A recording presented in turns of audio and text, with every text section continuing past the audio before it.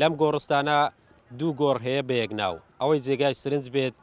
ڕۆژی لەدایک بوون و مردنی ئەم گۆڕانە وەکو یەکە ئەوەی کە دەیبینن بەهیە حەمەد هەمزە لە یەکی هەفتی 1922 لەدایک بووە لە 28 2010 کۆچی دوایی کردووە گۆڕەکەی تریشی بە هەمان شێوە چەند مەترێک لە دووری ئەم گۆڕەیەکە بە هەمان شێوە بە ناوی بەهیە حەمەد هەمزە لە یەکی هەفتی 1922 لەدایک بووە لە 28 2010 کۆچی دوایی کردووە.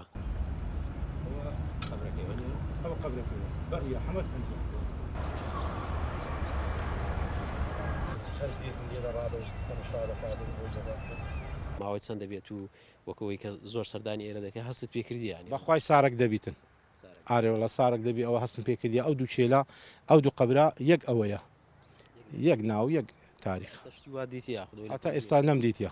ئەم من ئەوە تقریبان تەمەنم لە 50 ساڵی دەچشتی وام نەدیتە. دەچمە لای مامۆستایەکی ئاینی ئەو دەڵێت دەکرێت چەند مردوویەک لە ناو یەک گۆڕ بنێژرێن بەڵام بوونی دوو گۆڕ بە یەک ناو لە ئاینی پیرۆزی ئیسلام ڕێگا پێدراو نییە. لە دینی ئیسلامدا ئەوەندەی ینی گەڕابێت و سەیری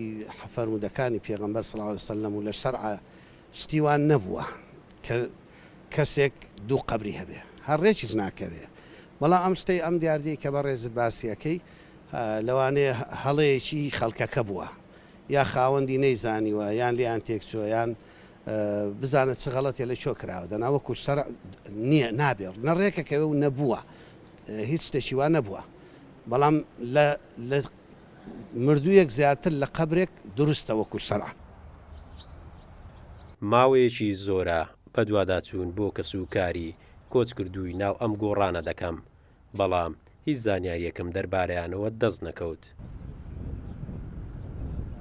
زۆرن ئەوانەی کە لە ژیاندا ماون ئاوات دەخوازن دوای مردنیان گۆڕێکیان هەبێت بەڵام ئەوەی کە جێگای سرنجە لەم گۆڕستانە بوونی دوو گۆڕا بەیەک ناو ئەوەی لە هەمووان سرنج ڕاکێشترە ئەوەیە ساڵ و ڕۆژی لەدایک بوونیان وەک یەکە. قارەمان جەوهەر، کورسات نیوز، هەولێر.